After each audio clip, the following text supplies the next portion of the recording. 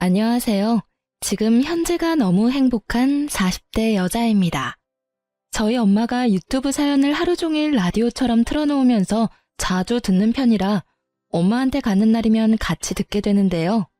같이 사연을 들으면서 엄마가 너도 한번 보내보라며 볼 때마다 성하셔서 고민을 하다가 용기를 내어 글을 씁니다.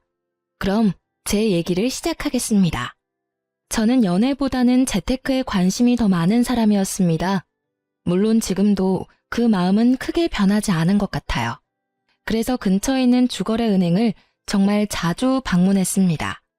관심이 생기는 펀드가 생기면 궁금한 사항 담당 은행원께 여쭤보러 자주 갔어요. 언제나 친절하고 세세하게 답변을 해줘서 갈 때마다 그 은행원을 찾아갔죠. 그 은행원이 바로 둘째 신우였습니다. 그렇게 저는 둘째 신우와 친해지게 되었어요. 가끔 퇴근하는 길에 만나면 커피 한잔 할 정도의 개인적인 친분이 쌓였죠. 제가 적금 만기 해약하러 간 날이었는데요. 그날 둘째 신우가 저한테 그러더라고요. 요즘 만나는 남자 없다고 했죠? 혹시 제 남동생 소개받아 볼래요? 내 동생 진짜 잘생겼어요. 한 번만 만나봐요. 갑작스럽게 남동생을 소개시켜준다는 말에 당황한 저는 일단 거절을 했어요. 하지만 둘째 신우가 적극적으로 밀어붙여서 얼떨결에 소개를 받게 되었습니다. 둘째 신우의 말대로 남편은 매너가 좋고 훤칠하게 잘생겼죠. 금방 호감이 생겨 교제를 시작했고 자연스럽게 결혼까지 하게 되었습니다.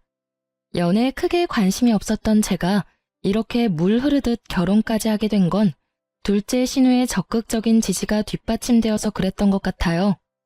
저희 둘이 결혼한다고 하자 둘째 신우가 얼마나 좋아했는지 몰라요. 첫째 신우도 둘째 신우와 마찬가지로 저를 잘 챙겨주었죠. 남들은 신우 때문에 스트레스 많이 받는다고 하던데 저는 참 운이 좋구나 싶었어요. 저는 가족들한테도 제 수입이라든지 자산을 공개하지 않은 편이에요. 남편 역시 마찬가지였죠. 결혼 후에도 서로 수입에 터치하지 않고 생활비 통장에 같이 돈을 넣어서 사용하기로 했고 결혼식 비용과 신혼집 역시 반반으로 나눠 전세를 구했습니다. 첫 명절날 시댁으로 인사드리러 갔는데 시모가 저를 보는 둥 마는 둥 하면서 일만 고되게 시키더라고요. 이따가 3시 이후에 첫째랑 둘째네 가족 오기로 했다. 어서 주방 정리하고 청소기 좀 돌리자. 집안에 먼지가 많다. 빠릿빠릿하게 움직여라. 아침부터 제사상 차리고 치우고 밥 준비하고 먹고 또 치우고. 잠시 숨 돌리는 중이었거든요. 남편도 너무하다 싶었는지 시모한테 한마디 했습니다. 엄마, 이 사람 좀 쉬자. 이 집에 들어오고 이제야 처음으로 앉아서 쉬고 있는데 또 일을 시켜. 그리고 3시 되려면 아직 멀었어. 천천히 해도 되잖아. 첫 명절부터 며느리 너무 잡는 거 아니야? 청소기는 내가 돌릴게. 시모는 남편을 흘겨보고 나서 저에게 말하더군요. 그럼 입가심 좀 하게 과일 좀 깎아서 가져오렴. 싱크대 옆에 과일 닦아놓은 거 있다. 커피랑 해서 좀 가져와. 저는 주방에서 과일과 커피를 준비해서 내놓았죠. TV 소리만 들리고 시모와 시부는 아무 말이 없었어요. 적막한 거실에 과일 먹는 소리밖에 안 들리는데 정말 곤욕이었죠. 주방에 가서 정리나 해야겠다 하고 일어나려고 하는데 시모가 그러더라고요. 정말 내가 가슴이 답답하다. 냉수라도 가져다 드릴까요? 뜬금없이 가슴이 답답하다는 시모에게 딱히 할 말이 생각이 안 나서 농담 반 진담 반으로 정막을 깨려고 했습니다. 그러자 시모는 갑자기 저한테 손가락질하며 그러더라고요. 아니 너는 정말 너무한 거 아니니? 어쩜 그럴 수 있어? 내가 정말 너무 섭섭하고 마음이 좀 그래. 근데 냉수 같은 소리를 하고 앉아있네. 안 그래도 답답한 가슴이 더 답답해지려고 하네. 다짜고짜 저보고 너무한 거 아니냐고 하는 시모의 말을 저는 이해할 수가 없었습니다. 제가 시모에게 너무한 행동을 한 기억은 없었거든요. 어머니, 대체 무슨 말씀이세요? 저한테 뭐 서운한 거라도 있으세요? 있으시면 말씀해 주세요. 저는 지금 어머님이 무슨 말씀을 하고 계신지 전혀 모르겠어서요. 그래, 말 나온 김에 물어나 보자. 너는 돈도 그렇게 많은 애가 굳이 집을 반반으로 구했어야 했니? 우리 윤철이는 사회생활을 조금 늦게 해서 모은 돈도 많지도 않은데 결혼하면서 완전 빈털터리가 돼버렸어. 갑작스러운 신혼집 비용 얘기에 저는 어리둥절했습니다. 네? 무슨 제가 돈이 많아요. 저도 신랑이랑 비슷해요. 그리고 신랑이 저보다 월급도 많이 받는데 빈털터리라뇨. 요즘 신혼부부들은 저희처럼 다 반반으로 비용 나눠서 집 구해요. 어쩜 아주 뻔뻔하게 거짓말하는 것 좀 봐. 내가 진짜 뭐라 할 말이 없다. 이러니 내가 가슴이 답답한 거지. 아, 어머니, 대체 무슨 말을 하시는지. 저 돈 없다니까요? 네가 돈이 없긴 뭐가 없어. 내가 너 얼마 있는지 다 알고 있는데 시치미 때도 소용없어. 시모의 반응에 조금 기분이 이상했지만 일단 자리를 피했습니다. 계속 시모의 말에 대꾸를 해주다 보면 괜히 말려들 것 같았어요.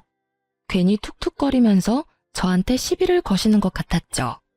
그렇게 자리를 피해서 주방 정리를 마치고 남편과 청소기를 돌리고 있었는데 첫째 신우가족과 둘째 신우가족이 왔습니다. 시부는 가족들이 다 모였으니 술이나 한잔 해야겠다고 하시길래 거실에 술상을 차렸습니다. 시조카들은 TV 본다고 방으로 들어갔어요. 가족들이 모여서 술 한잔하고 있는데 시모가 또 돈 얘기를 시작했습니다. 아니, 그렇게 돈이 많으면 시댁에 뭐 더 해줘야 하는 거 아니야? 옆 동네 김씨 아줌마네는 며느리가 생일 때마다 루이비통인지 구찌인지 명품 가방 사준다고 그렇게 자랑을 하던데 나는 돈 많은 며느리가 집에 들어와도 뭐 받는 것도 없고 자랑거리도 없고 에휴. 첫 명절에 오자마자 반기지는 못할 망정 일만 주구장창 시키시더니 가족들이 모두 모인 자리에서까지 돈돈거리니까 너무 듣기가 싫더라고요. 어머니, 아까부터 계속 돈 얘기하시는데 저 돈 없어요. 어디에서 무슨 얘기를 듣고 자꾸 그러시는 거예요? 저한테 돈 맡겨놓으신 것도 아니고 솔직히 듣기 좀 그래요. 가족들도 다 모였는데 언제까지 돈 얘기만 하실 거예요? 너는 언제까지 계속 없는 척 할 거니? 네가 돈 많다고 하면 내가 떼어먹을까 봐 그러는 거야? 속일 걸 속여야지. 제가 뭘 속였다고 그러시는 거예요?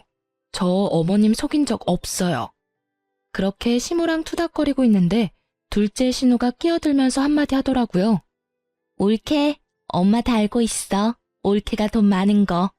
돈 많으면 좋은 건데 왜 자꾸 숨겨, 가족끼리? 아니, 형님까지 왜 그러시는 거예요? 올케, 내가 담당 은행원이잖아. 내가 봤더니 계좌에 억소리 나게 있던데 지금 내가 다니는 은행에만 10억이 예치되어 있던데 다른 은행에도 적금이랑 펀드 있잖아. 대체 얼마나 알짜배기인 거야? 너무 부럽다. 알고 보니 은행원인 둘째 신우가 제 계좌를 몰래 확인했던 것이었습니다. 저는 너무 당황해서 얼굴이 새빨개졌어요. 시댁 식구들은 다 알고 있는 눈치였어요. 시모는 그 상황에서 한마디 더 붙여서 말했죠. 아니, 이렇게 증거가 명확한데 왜 자꾸 속이는 거야? 돈이 그렇게나 많은데 왜 없다고 하는 건지. 그리고 지금 살고 있는 집도 본인이 가지고 있는 돈으로 다 해결 가능하면서 왜 반반으로 했는지 아무리 생각해도 나는 이해가 안 돼. 저는 할 말을 잃어서 뭐라고 답변을 해야 할지 머릿속이 새하얘졌습니다. 그때 첫째 신우가 그러더군요. 둘째가 계좌 보고 입이 떡 벌어졌다던데. 그래서 막내 소개시켜줘야 한다고 한동안 엄청 호들갑 떨었잖아. 내가 진짜 꼭 우리 막내한테 소개시켜줘야겠다 싶었지. 너는 누나한테 진짜 감사한 마음으로 살아야 해. 저의 자산을 확인한 둘째 신우가 돈을 보고 남동생을 소개한 것이었어요. 사실 제가 예전 비트코인 초반에 이득을 많이 봤습니다. 초반에 들어갔다가 정점일 때 뺐죠. 남들 잃을 때 저는 몇십 배로 자산이 불었어요. 현재는 우량주 주식 거래와 적금으로 안전하게 보유 중입니다. 우리 엄마 그래서 자기 아들 팔자 바로 피는 줄 알고 좋아했는데 생각한 대로 되지 않아서 섭섭했나 보다. 엄마 팔자가 그렇게 바로 쉽게 펴지겠어? 마음의 여유를 가지고 천천히 기다려. 재촉하면 될 일도 안 돼. 아니, 계속 없는 척 하니까 너무 얄밉잖아. 그리고 돈 있는 사람이 좀 더 쓰면 어때서? 처음부터 칼같이 반으로 하고 아주 대단하셔. 저는 신우들과 시모의 대화에 몸이 부들부들 떨렸습니다. 형님, 남의 개인정보 열람하는 건 불법 아닌가요? 우리가 이제 남인가? 가족이잖아. 아니, 그리고 돈이 없는 것도 아닌데 뭐 어때? 우리한테 유세 좀 부려도 돼. 그리고 올케도 조금 너무했어. 아무리 반반 결혼이라지만 엄마한테는 작은 선물이라도 해주면 좋잖아. 우리 엄마 돈 많은 며느리 들어온다고 동네방네 소문 다 냈는데 받은 게 하나도 없으니까 괜히 올케한테 심술만 부리잖아. 남의 정보를 함부로 열어보고는 일말의 죄책감이나 미안한 감정이 없는 둘째 신우나 제가 열심히 모으고 재테크한 돈으로 콩고물 좀 안 떨어지나 하고 바라는 시댁 식구들이 너무 꼴보기 싫었습니다. 도저히 말이 안 통하는 시댁 식구들과 한시도 같이 있을 수 없어 저는 그 자리를 박차고 나왔습니다. 망치로 꽝 하고 맞은 느낌이었고 아무 생각도 안 나더라고요. 제 뒤를 따라 나온 남편이 위로는 못할 망정 속을 긁는 소리만 해댔습니다. 이렇게 갑자기 가버리면 어떡해? 가족들 다 있는데 나가버리는 건 예의가 아니잖아. 예의? 예의를 아는 사람들이 그래? 당신 가족들은 나한테 막 대해도 되고 나는 예의를 차려야 하는 거야? 왜 나만 예의를 차려야 해? 그리고 당신도 알고 있었지? 당신도 다 알고 날 소개받은 거구나. 속으로 무슨 생각을 하면서 날 만났어? 아주 옳다구나 했어. 내가 알고 있었던 몰랐던 그게 뭐가 중요해? 우리 서로 좋아서 결혼한 거 아니야? 나는 중요해. 당신은 처음부터 내가 좋았던 게 아닌 거잖아. 둘째 형님한테도 너무 실망했어. 잘해주고 친절하게 해줬던 게 내 계좌 잔액을 보고 그랬던 거잖아. 어쩐지 내가 적금 해지하러 갈 때 그렇게 당신을 만나보라고 성하더니 검은 속내가 있었네. 난 그것도 모르고. 검은 속내라니 왜 그렇게 삐딱하게 생각하는 거야? 설령 둘째 누나가 당신이 돈이 많아서 나를 소개시켜줬다 한들 서로 안 맞았으면 이렇게 결혼까지도 못했을 거 아니야. 내가 당신 돈 보고 좋았으면 결혼 반반 비용하자고 할 때도 가만히 있었겠냐고. 당신 하자는 대로 다 했잖아.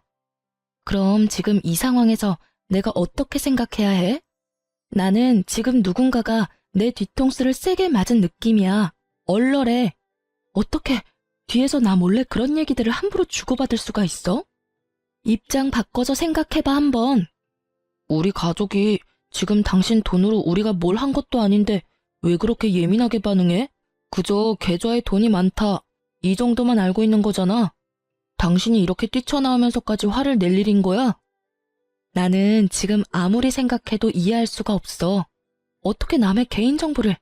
이게 말이 돼? 가능한 일이야?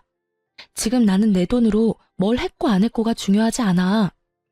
그렇게 한참을 남편과 실랑이를 벌이다가 저는 결국 집으로 왔습니다. 마음의 응어리가 풀리지 않은 채 흐지부지하게 넘어가 버리게 되었죠. 저희가 전세가 끝날 시기에는 아파트 매매를 한번 알아보고 있었는데 괜찮은 위치에 아파트가 있다고 해서 자세히 알아보는 중이었습니다.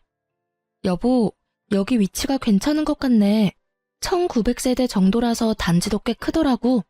그리고 우리 둘 회사 출퇴근하기에도 나쁘지 않은 거리 같아. 첫째 누나가 이 근처 살잖아. 여기 인프라도 괜찮다고 하더라고. 단지 조성도 잘 되어 있고 깨끗하대. 나도 여기 예전부터 눈여겨보긴 했어. 그럼 이 아파트 매매 나오는 걸 계속 주시해야겠다. 여기 가격이 꽤 되던데? 매매 자금을 어떻게 하는 게 좋을까? 우리 어차피 아파트 이사 가고는 임신 계획도 잡을 거고 당신 휴직도 해야 하고 하는데 이참에 우리 돈을 합치는 건 어때? 돈을 합치자고? 싫어. 나 최대한 일할 수 있을 때까지 일할 거고 휴직하더라도 생활비 내던 건 계속 낼 수 있어. 굳이? 그럼 우리 평생 이렇게 돈 따로 관리하면서 살 거야? 은근슬쩍 돈을 합치자고 하는 남편의 말에 지난 명절 때 일이 생각나서 단칼에 거절했습니다. 남편은 이해 못하겠다는 식으로 굴더라고요. 여보, 나는 우리 친정엄마 아빠한테도 내 자금 얘기 안 해. 당신이 내가 보유한 금액을 알고 있더라도 달라지는 건 없어. 왜 그렇게까지 해야 해? 살다 보면 예상치 못한 일이 생길 수도 있고, 그리고 같이 관리하면 더 편하잖아. 예상치 못한 일이 생기면 그때 생각하면 되는 거 아니야? 아직 생기지도 않은 일을 벌써부터 걱정할 필요는 없잖아. 그리고 나는 생활비 통장에 돈 넣어서 쓰는 거 별로 안 불편한데? 오히려 편하고 좋은데? 당신은 뭐가 그렇게 불편한 건데? 뭐 불편하다는 건 아니고 왜 계속 따로따로 관리해야 하는 건지 난 이해가 안 가서. 여보, 다른 집들은 남편이 각각 돈 관리하는 거 오히려 좋아한다던데. 당신 돈 필요할 때 당신이 마음대로 쓰면 되는 건데 뭐가 문제야? 그리고 연봉은 나보다 당신이 더 많이 받잖아. 같이 쓰는 공용 생활비 외엔 당신이 남은 돈으로 뭘 하던 상관 안 하겠다는데 좋아서 날뛰어야 하는 거 아니야? 편하잖아. 계속 돈을 합치고 싶어하는 남편에게 강경하게 저의 의사를 밝혔습니다. 할 말이 없는지 또 얘기는 안 하더라고요. 문제는 이 다음부터였습니다. 회사에 있는데 시모한테 전화가 오더라고요. 너네 아파트 매매할 계획이라면서? 지금 보고 있는 아파트 매매 가격 내가 확인해 보니까 네가 가지고 있는 돈으로도 충분할 것 같은데 이번에도 반반해서 할 거니? 남편이 시모한테 얘기를 한 건지 제가 전화 받자마자 제 돈으로만 아파트를 매매하라고 하더라고요. 어머님, 지금 당장 이사 갈 것도 아닌데 굳이 전화까지 하셔서 얘기하실 일이에요?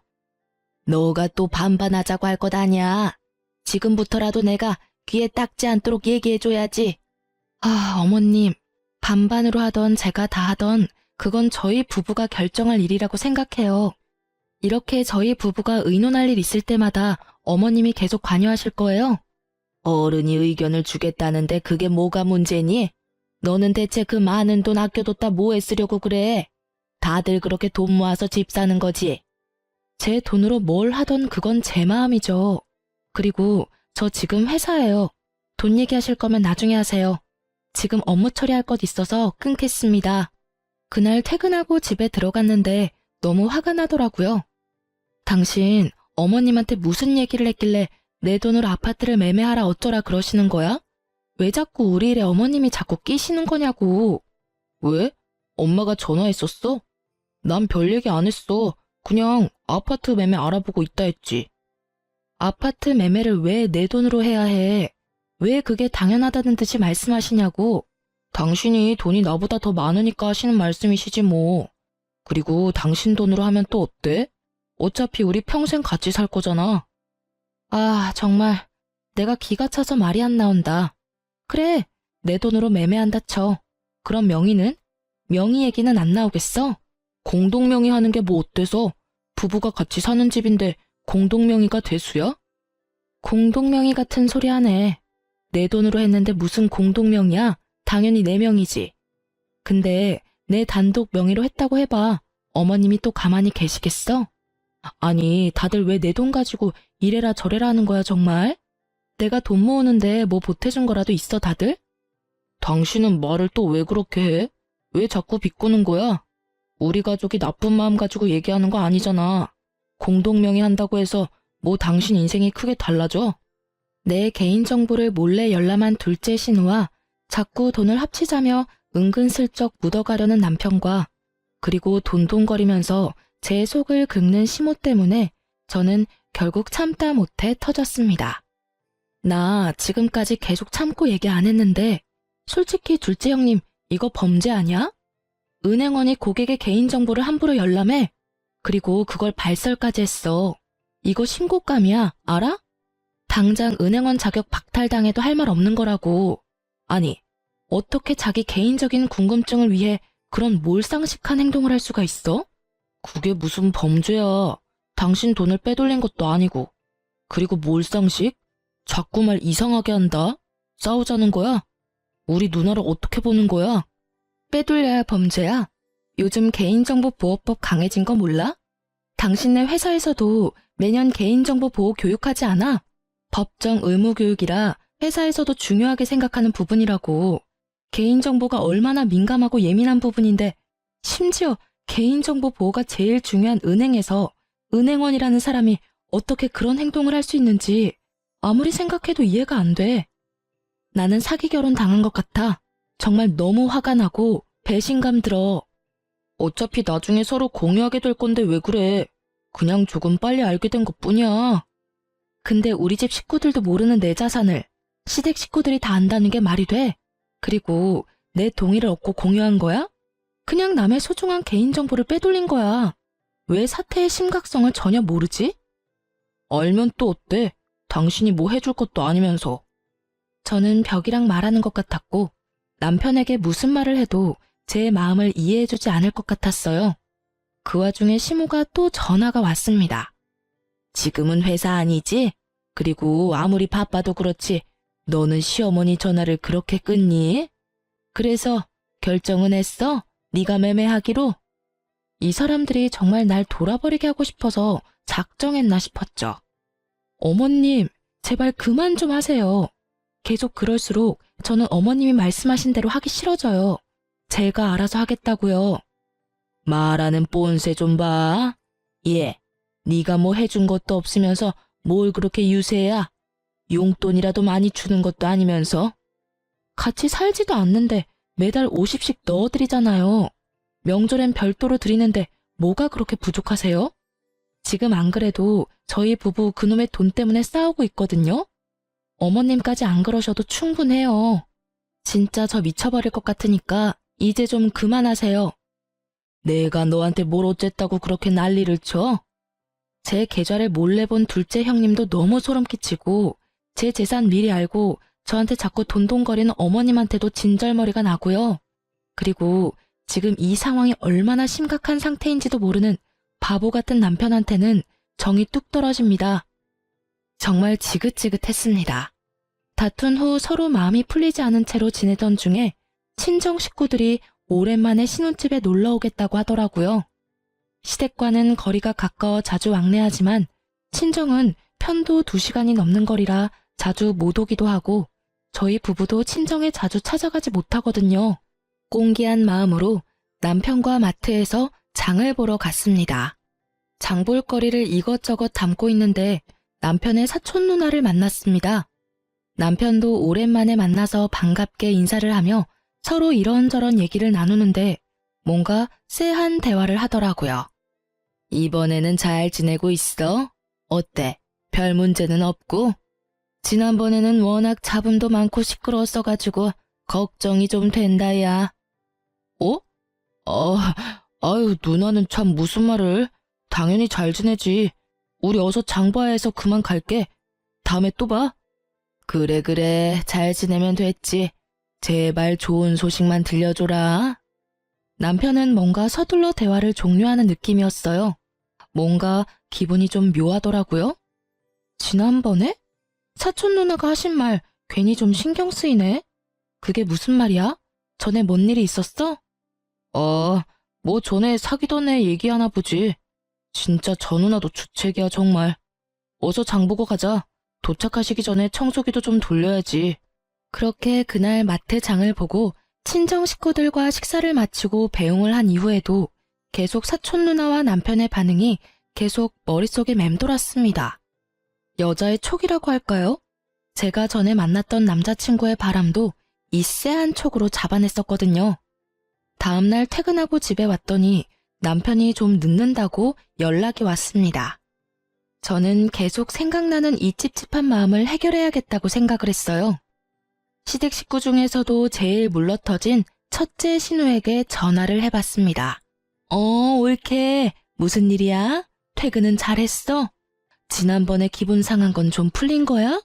우리 엄마는 아직도 화가 덜 풀렸는지 전화할 때마다 내 귀에서 피날 것 같아. 올케가 잘 달래줘봐. 우리 엄마 삐지면 오래가서 피곤하단 말이야. 솔직히 다 풀리진 않았어요. 어머님한테도 아직 상한 감정이 남아있고요. 그냥 큰형님 뭐 하시나 싶어서 전화했어요. 그때 제가 너무 남아 계신 분들 민망하게 박차고 나온 것도 죄송해서 사과할 겸 궁금한 거 여쭤볼 겸 전화했어요. 궁금한 거? 우리 올케가 궁금한 게 뭘까? 말해봐. 내가 얘기해 줄 수 있는 건 해줄게. 저희가 요즘 많이 다투거든요. 그날 이후로 계속 의견 충돌로 싸우게 되더라고요. 그러다가 남편이 전에는 너무 많이 서툴렀었는데 이번에는 저와 잘 지내보고 싶다고 그러더라고요. 그래서 전에는 어땠는지 궁금해서요. 지난번에 신랑 사촌 누나도 우연히 만났는데 또 전에 있었던 일 얘기를 하시길래요. 전에? 어, 윤철이가 얘기한 거야? 다? 어떻게 알게 되었어? 어디까지 알고 있어? 제 얘기를 듣던 첫째 신우는 잠시 놀란 듯 뜸을 들이더니 제 미끼를 덥석 물었습니다. 네, 형님. 저 신랑한테 다 들었으니까 얘기해 주셔도 돼요. 다 알고 있어요. 신랑이 얘기해 주긴 했는데 큰형님도 옆에서 많이 보고 듣던 게 있으셨을 거잖아요. 저희도 그전처럼 되지 않으려면 서로 노력도 해야 할 거고 저도 좀 더 알아서 참고가 되지 않을까 싶어서요. 걔는 뭘 또 그런 걸 얘기했다니? 좋은 일도 아니고. 뭐 그래도 계속 숨기다가 나중에 걸리느니 차라리 잘 됐다고 해야 하나? 일단 둘 다 너무 어렸지 않니? 그저 사랑이라는 마음 하나 가지고 같이 잘 살겠다고 시작했는데 너도 지금 결혼해봐서 알겠지만 결혼이 사랑 하나 가지고 되니? 첫째 신우는 제가 물어보지 않은 얘기도 술술 불었습니다. 얘기를 듣자 하니 남편은 20대 중반 여자친구와 혼인신고는 안 했지만 3년 넘게 결혼 생활을 유지하고 헤어진 전처가 있었습니다. 솔직히 깨름칙하긴 했지만 전처가 있었을 거라고 상상도 못했습니다. 저와 결혼이 처음이 아니란 거잖아요. 어떻게 그렇게 중요한 사실을 알리지 않았는지 배신감이 들었고 손까지 바들바들 떨렸습니다. 손까지 바들바들 떨렸습니다. 당장이라도 전화를 끊고 남편한테 어찌된 영문인지 따지고 싶었지만 저는 아무렇지 않은 척, 다 알고 있는 척 전화를 끝까지 다 받고 끊었습니다. 첫째 신우와 통화를 끊고 나니 머리가 띵하더라고요. 마음을 진정시키고 있었는데 남편이 퇴근하고 들어오더라고요. 오자마자 저녁밥부터 찾는 남편놈을 노려보며 말을 했습니다. 저녁밥 같은 소리라네? 지금 밥이 목구녕으로 들어가니?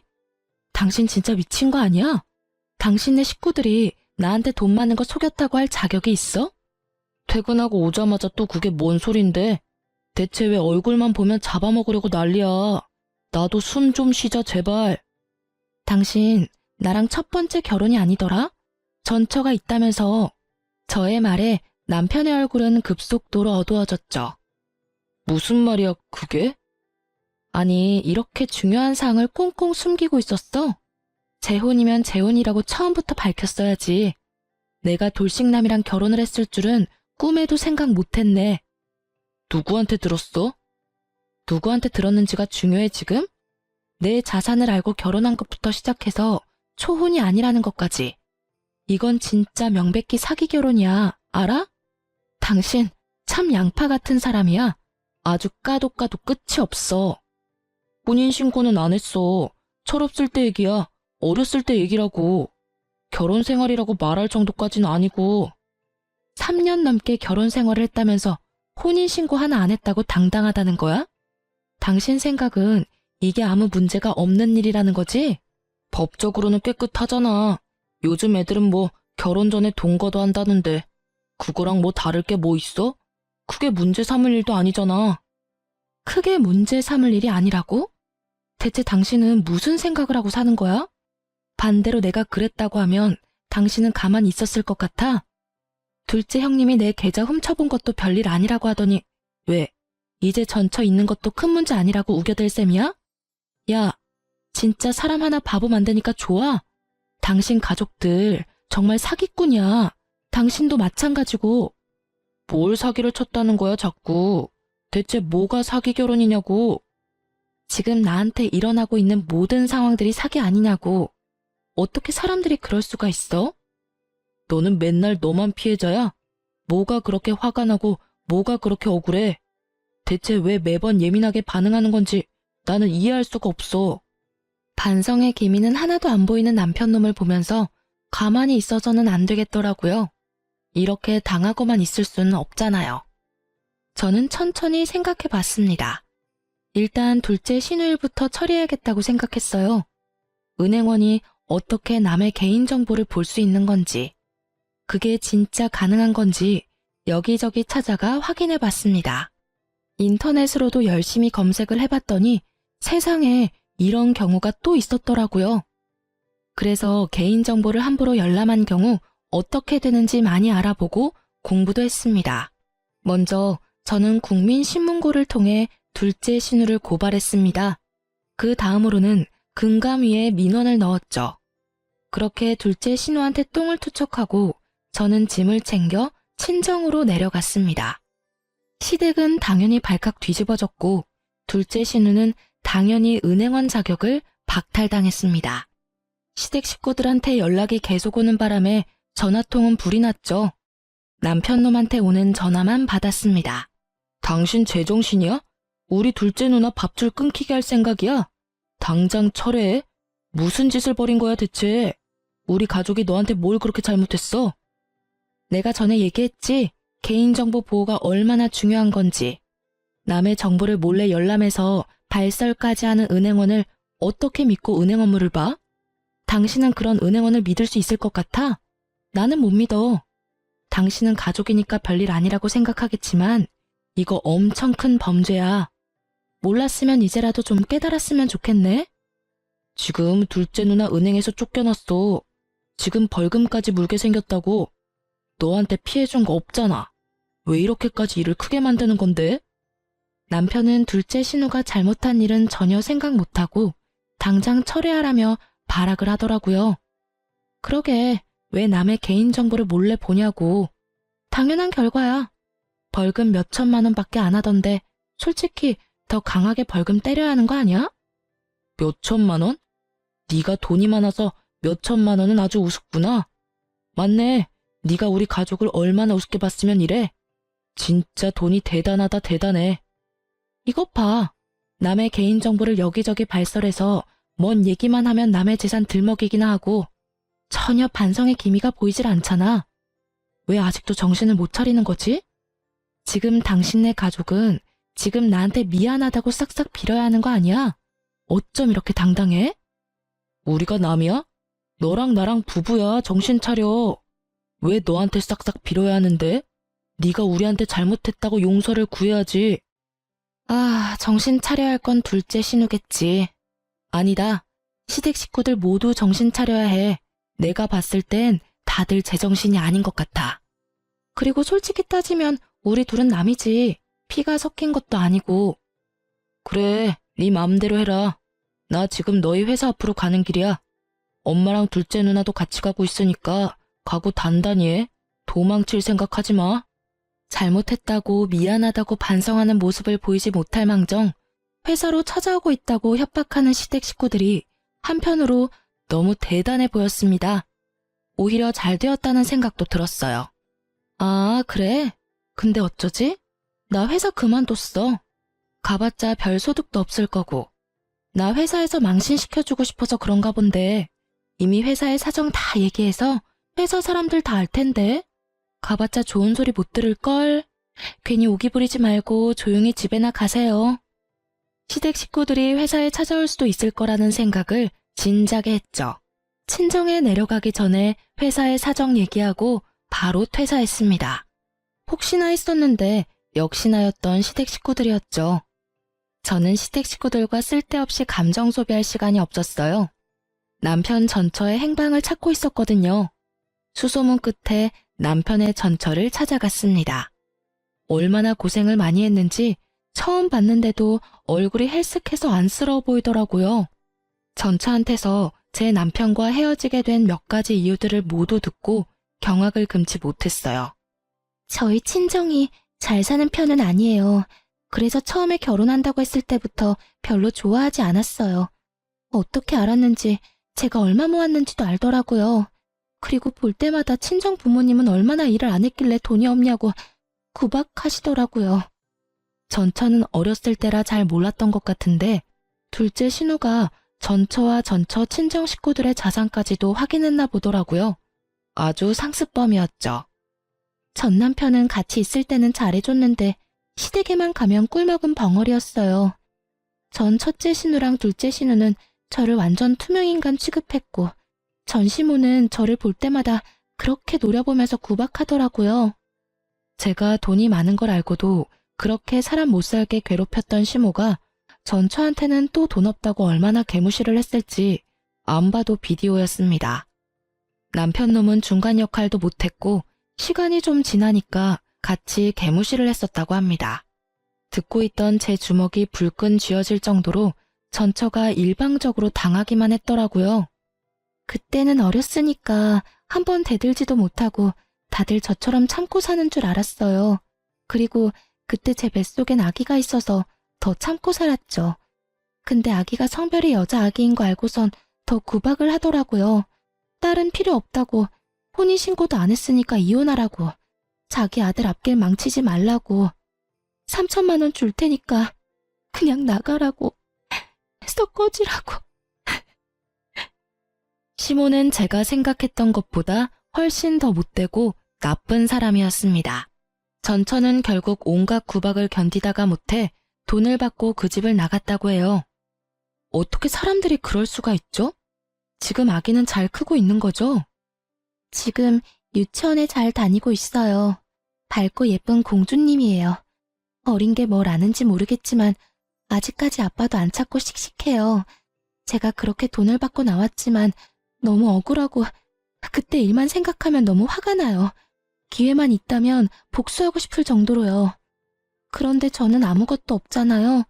복수할 수 있는 용기도 없고 돈도 없고. 남편놈과 결혼 생활로 상처투성이인 전처는 늘 복수의 꿈을 꿨다고 합니다. 제가 대신 통쾌하게 복수해주겠다고 자신있게 말했어요. 저는 전처와 헤어진 후에 바로 시모를 찾아갔습니다. 시모는 절 잡아먹을 것 같은 눈으로 째려보더라고요. 이렇게 빨리 제 발로 찾아올 줄은 몰랐네. 뭐 좋은 소리 들으려고 온 건 아닐 테고, 아니면 둘째일 철회해주러 온 거니? 남편한테 혼외자가 있었던데? 알고 계세요?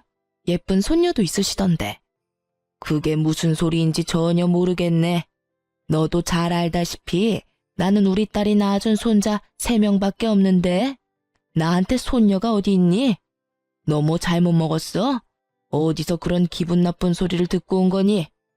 네네, 뭐 저도 어머님이 인정하실 거란 생각은 안 했어요. 제가 혼외자가 있는 남자와 어떻게 살 수 있겠어요? 사기 결혼인 거 아시죠? 얘기 들어보니까 어머님이 내쫓으셨다고 하던데 어머님 진짜 대단하신 분이었더라고요. 솔직히 좀 어머님이 무섭기도 하네요, 이제는. 참, 저 이혼하겠습니다. 이 얘기 해드리려고 찾아온 거예요. 제 말이 끝나기가 무섭게 시모가 코웃음을 치며 말하더군요. 너 너무 웃긴다, 얘. 우리 아들이 뭘 사기를 쳤니? 직장이랑 학력 숨기고 너한테 돈을 뜯어냈니? 뭐, 네 자산 얼만지 알고 있었다고 그게 큰 문제가 될 것도 아니고. 그리고 그 돈을 우리가 몰래 빼돌린 것도 아니지 않니? 어떻게 사기 결혼을 입증할 건데? 혼인 취소 소송이라도 하려고? 이혼하면 그냥 넌 이혼녀 되는 거야. 둘째 딸 일은 우리가 그냥 눈 감고 넘어가 줄 테니 기회 줄 때 그냥 참고 살아. 어머님, 저희 혼인신고도 안 했는데 무슨 소리 하시는 거예요? 그제서야 시모는 깜짝 놀라 어버버거리기 시작했어요. 뭐? 무슨 말이니? 너네 결혼식 올리자마자 내가 윤철이한테 혼인신고 바로 하라고 시켰는데 그럴 리가 없어. 아, 그래서 신랑이 그렇게 혼인신고 빨리 하라고 재촉한 거였네요. 저보고 하라고 했었는데 제가 좀 바빠서 미루다가 못했어요, 어머니. 사실 이혼이랄 것도 없고 전처처럼 그냥 각자 갈 길 가면 되거든요. 안 그래도 결혼하자마자 혼인신고해야 한다고 남편이 입버릇처럼 얘기하더라고요. 어차피 저도 혼인신고는 해야 하긴 하니까 나중에 연차 쓸 수 있을 때 할 거라고 말만 해놓은 상태였거든요. 바쁘기도 하고 귀찮기도 하고 해서 계속 미루고 있다가 한 달이 지나선 완전 깜빡 잊고 있었던 거죠. 남편은 제가 당연히 혼인신고했다고 생각했나 봐요. 저는 그렇게 속 시원하게 할 말 다 하고 친정으로 다시 내려왔습니다. 그날 저녁 남편이 찾아왔습니다. 저를 보자마자 무릎까지 꿇고 싹싹 빌기 시작했어요. 둘째 신우가 개 잡은 걸 내가 알았을 때 그때 무릎 꿇지 그랬어. 이제 와서 이게 무슨 소용이야? 안 그래? 전처 일은 정말 미안해. 속일 생각은 없었어. 그리고 아기도 낳은 줄 몰랐어. 당연히 그렇게 나가고 쥐었을 줄 알았지. 내 애가 세상에 태어났을 거라고는 생각도 못했어. 그 이후에 연락도 안 했었고. 당신네 식구들이 다 와서 무릎 꿇고 싹싹 빈다고 해도 나는 마음 다시 돌릴 생각 없어. 우리 뭐 서로 주고받을 것도 없고 지금 신혼집 정리해서 그 돈만 받으면 될 것 같고. 아, 당신이 결혼할 때 가져온 8천만 원은 바로 이체해줄게. 다시는 돈 합치자는 얘기 안 할게. 제발 한 번만 눈 딱 감고 넘어가 주라. 우리 집에서 당신한테 돈 얘기 못하도록 내가 입 단속도 잘할게, 응? 돈 없는 전처는 그렇게 무시하고 내쫓더니 나는 돈이 있으니까 놓치기 싫은가 봐. 나도 돈 없었으면 진작에 내쫓겼을 텐데. 그렇지? 어차피 나랑도 혼인신고 안 했는데 또 어디 가서 애먼 여자 붙잡고 첫 결혼인 척 연기하면서 살아가 봐. 가만 보니 너 참 재주도 좋다. 연기력이 일품이야. 아, 너네 가족들 전체가 다 배우해야겠어. 사람 하면 깜빡 속이고 결혼시킨 다음에 혼인신고 딱 해놓고 낙장 불입 외칠 게 뻔하지. 내가 까먹었으니 망정이지. 너란 놈이랑 하마터면 가족으로 묶일 뻔했잖아. 끔찍하다, 끔찍해. 아니야, 그렇지 않아. 혼인신고는 안 해도 돼. 나중에 언제든 마음 바뀌면 헤어져도 좋아. 대신 지금은 아니야. 내가 그동안 못했던 것 10배, 100배로 더 잘해줄게. 아무리 얘기해도 남편 놈은 갈 생각을 안 하더라고요. 저는 남편 보는 앞에서 8천만 원을 이체해줬습니다. 자, 봐봐. 나 지금 8천만 원 보냈다. 확인해봐. 결혼식 비용이랑 전셋집 비용 너가 낸 만큼만 지금 다 보냈으니까 더 이상 왈가왈부 하지 말고 깔끔하게 헤어지자. 그 집은 집주인한테 얘기해놨거든. 부동산에 얘기해서 이미 내놓은 상태야. 당신도 얼른 짐 정리해서 이사갈 준비해. 너 때문에 감정 낭비, 시간 낭비 더 이상 하기 싫어. 알겠지? 곱게 안 나가면 네가 그렇게 좋아하는 돈 써서 사람 불러서 쫓겨나게 만들어줄 테니까 어디 한번 버틸 때까지 버텨보던가. 깔끔하게 모든 상황을 정리하고 저는 자유가 되었습니다. 회사도 그만둔 상태라 심심하기도 하고 솔직히 자금 여유도 있어서 2달간 유럽 여행도 다녀왔어요. 여행 다녀오고 듣게 된 이야기인데 첫째 신우가 전처와의 비밀을 제게 다 털어놓은 걸 그들도 알게 되었는지 전 남편이 누나랑 영 끊겠다며 난리도 아니었다고 하더라고요. 그리고 그 집은 아들이 최고인 집이라서 이번 이혼의 원인이 오로지 첫째 신우 때문이라고 생각했는지 신우한테 더 이상 친정에 찾아오지 말라고 한 소리 했다더군요. 유럽 갔다 와서 모르는 전화번호 받았더니 첫째 신우가 제게 얼마나 한풀이를 하는지 아주 시겁했답니다. 그들은 끝까지 정신을 못 차릴 인간들이에요. 똥은 무서워서가 아니라 더러워서 피한다죠. 그런 심정으로 그들과 되도록 마주치지 않는 게 상책이라는 생각이 드네요. 둘째 신우는 당연히 은행으로 재취업 못하고 겨우 중소기업 경리로 취업했다고 하더라고요. 저는 그 회사에 전화해서 개인정보로 은행원 자격 박탈당한 사람이라고 얘기해줬죠. 그 얘기를 들은 그 회사 대표는 굉장히 당혹스러워 하더라고요. 결국 둘째 신우는 3개월 만에 또 잘려서 정규직은 물 건너갔다고 하더라고요.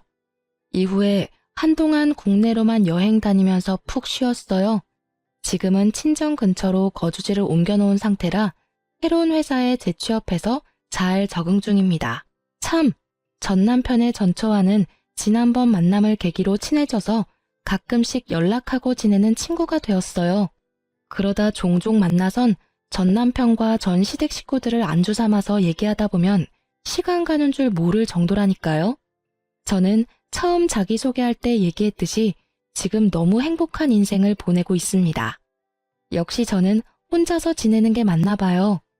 전 둘째 신우의 꼬임에 빠져서 잠시 제가 추구하는 삶과 다른 삶을 잠깐 살게 되었는데 결혼은 제 운명이 아니란 걸 깨닫게 되었습니다.